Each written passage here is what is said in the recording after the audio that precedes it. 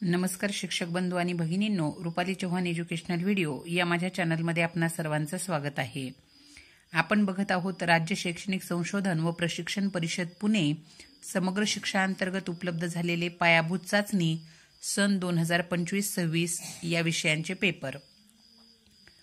यापूर्वीच्या व्हिडिओमध्ये आपण इयत्ता 2री ते 5वीचे मराठी विषयाचे पेपर, त्यामध्ये आलेले प्रश्न व त्याच्या उत्तरासंदर्भात माहिती बघितली। आजचा जो गणिताचा पेपर झाला त्या गणिताच्या पेपरविषयी व त्यातील आलेल्या प्रश्नांविषयीची माहिती आता आपण या व्हिडिओमध्ये घेणार आहोत, ज्यामध्ये तुम्हाला इयत्ता 2री ते 5वी पर्यंतचे व्हिडिओ पाहायला मिळतील। तुम्ही जर माझ्या चॅनलला पहिल्यांदा भेट दिली असेल आणि तुम्हाला मराठी आणि गणित या वर्षीचे पेपर पाहायचे असतील तर प्लेलिस्टमध्ये जाऊन पायाभूत चाचणी किंवा संकलित चाचणी या नावाने प्लेलिस्ट दिसेल, त्या ठिकाणी जाऊन तुम्ही ते व्हिडिओ पाहू शकता। यानंतर होणारा जो इंग्रजीचा पेपर आहे त्या इंग्रजीच्या पेपरच्या सरावासाठी मागच्या वर्षीचे काही पेपर देखील मी त्या प्लेलिस्टमध्ये दिलेले आहेत, त्या ठिकाणी जाऊन तुम्ही जास्तीचा सराव करू शकता।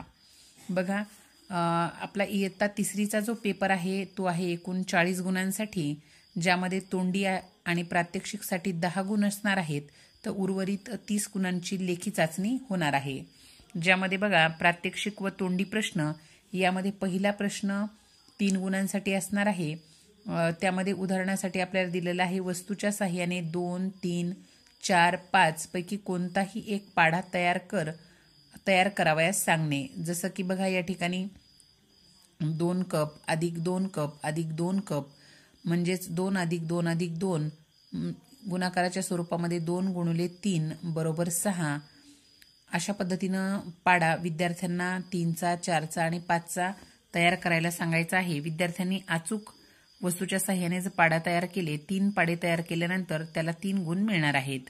तर तोंडीसाठीचा प्रश्न आहे, पाढ्यांवर आधारित 2 प्रश्न विचारावेत। जसं की 3 5 वेळा बरोबर किती, 4 3 वेळा बरोबर किती, अशा प्रकारचे प्रश्न 2 विचारल्यानंतर विद्यार्थ्यांना 2 अचूक उत्तर सांगणाऱ्याला 2 गुण मिळणार आहेत। त्यानंतर प्रात्यक्षिकासाठी प्रश्न क्रमांक 2 3 गुणांसाठी असणार आहे, ज्यामध्ये सांगितलेले दिलेली वस्तू हाताळून त्या वस्तूला किती कडा कोपरे आहेत ते विचारावे। उदाहरणार्थ बघा, या ठिकाणी खोकं, काडेपेटी, पेन, पेन्सिल, विदूषकाची टोपी इत्यादी वस्तू विद्यार्थ्यांना प्रत्यक्ष देऊन त्याला किती कडा कोपरे आहेत ते मोजायला लावून अचूक उत्तराला 3 गुण मिळणार आहेत। त्यानंतर पुढचा तोंडीसाठीचा प्रश्न आहे, दिलेल्या वस्तूचा भौमितिक आकार कोणताही विचारावे। जसं की काडेपेटी, त्याचा भौमितिक आकार आहे इष्टिकाचिती, विदूषक टोपी त्याचा आकार असणार आहे शंकू, त्याचबरोबर जर चौकोनी आकाराचा खोका असेल तर त्याला घनाकृती, अशा पद्धतीनं विद्यार्थ्यांनी अचूक उत्तर दिल्यानंतर त्याला 2 गुण मिळणार आहेत। बघा, लेखी चाचणी यामध्ये जो प्रश्न क्रमांक 3 दिलेला आहे, मण्यांची संख्या अंकात लिही। बघा, या ठिकाणी एकक मणी आहेत 1 2 3 4 5 6 7, एकक मणी 7, दशक दांड्या 2, संख्या तयार असणार आहे 27। त्यानंतर पाटीवरील संख्या अक्षरात लिही। बघा, पाठीवरील संख्या आहे 38। अचूक उत्तराचा पर्याय क्रमांक चौकटीत लिही। बघा, या ठिकाणी 3 दशक अधिक 4 एकक बरोबर किती। या ठिकाणी इथं आहे 3 एकक 4 दशक, म्हणजे हा पर्याय नसणार आहे 0 एकक 3 दशक, नाही 4 एकक 3 दशक। या ठिकाणी आपलं उत्तर असणार आहे पर्याय क्रमांक 3। संख्यापट्टीचा वापर करून खालील प्रश्न सोडव। बघा, या ठिकाणी आपल्याला संख्यापट्टी दिलेली आहे 41 ते 50ची, पुढे मोजून बेरीज करायला सांगितलेलं आहे 42 अधिक 7 म्हणजे 42च्या पुढे आपल्याला 7 घरं चालायचं आहे। या ठिकाणी आहे 42, 1 घर, 2 3 4 5 6 आणि 7 घडं पुढं गेलं तर आपल्याला उत्तर असणार आहे 49। त्यानंतरचा पुढचा प्रश्न आहे, मागे मोजून वजाबाकी कर। 50 उणे 6, 50च्या पाठीमागं 6 घरं जायचं आहे। 1 2 3 4 5 6, उत्तर असणार आहे 44। त्यानंतर चौकटीत पेक्षा मोठा, पेक्षा लहान, बरोबर यापैकी योग्य चिन्ह लिही। बघा, 29 लहान आहेत 47 पेक्षा, 6 व 7 हे दोन्ही अंक वापरून 2 अंकी लहान संख्या व मोठी संख्या तयार करून लिही. बघा आता 6 आणि 7 हे अंक वापरून लहान संख्या होणार आहे 67, मोठी संख्या होणार आहे 76. बेरीज कर. या ठिकाणी आपल्याला बेरीज करायला सांगितलेली आहे. 44 अधिक 57, 7 मध्ये 4 मिळवले 11, हातचा आला 1, 4 मध्ये 5 मिळवले 9, 9 मध्ये 1 मिळवला 10. वजाबाकी कर. 60 वजा 35, शून्यामधून 5 कमी होत नाहीत, दशक सुट्टा करून घेऊया. 10 मधून 5 गेले राहिले 5, 5 मधून 3 गेले राहिले 2. दिलेल्या संख्या चढत्या क्रमाने लिही व मधली संख्या कोणती ते चौकटीत लिही. मग आता चढत्या क्रमाने 23, 21 आणि 22. चढता क्रम म्हणजे लहानापासून सुरुवात 21, 22 आणि 23. त्यानंतर मधली संख्या बघा, मधली संख्या आहे 22. त्यानंतरचा प्रश्न आहे, एका बागेत 27 झाडं आहेत, अजून 30 झाडे नव्याने लावण्यात आली, तर आता बागेत एकूण झाडे किती? पूर्वीची होती 27, नव्याने लावली 30. दोघांची बेरीज 7 अधिक 0 7, 3 अधिक 2 5, एकूण झाडं असणार आहेत 57. एका ट्रकमध्ये 52 पेट्या आहेत, त्यापैकी 34 पेट्या गाडीतून उतरवल्या. एकूण होत्या 22, उतरवल्या 34. ट्रकमध्ये किती पेट्या उरल्या? बघा, एककातून 2 मधून 4 कमी होत नाही, दशक सुट्टा करूया. या ठिकाणी झाले 12, 12 मधून 4 कमी केले राहिले 8, 4 मधून 3 कमी केले राहिला 1, पेट्या उरणार आहेत 18. अधोरेखित अंकांची स्थानिक किंमत लिही. बघा, या ठिकाणी 77 ही संख्या आहे, त्यामध्ये अधोरेखित केलेला आहे दशक 7ला, म्हणजे या ठिकाणी 7ची स्थानिक किंमत असणार आहे 70. त्यानंतर बघा, आपला पुढचा प्रश्न आहे प्रश्न क्रमांक 5. यानंतरचा प्रश्न आहे, उभ्या, आडव्या व तिरप्या रेषांचा वापर करून कोणतेही एक चित्र काढ. या ठिकाणी विद्यार्थ्यांच्या कल्पकतेला वाव असणार आहे.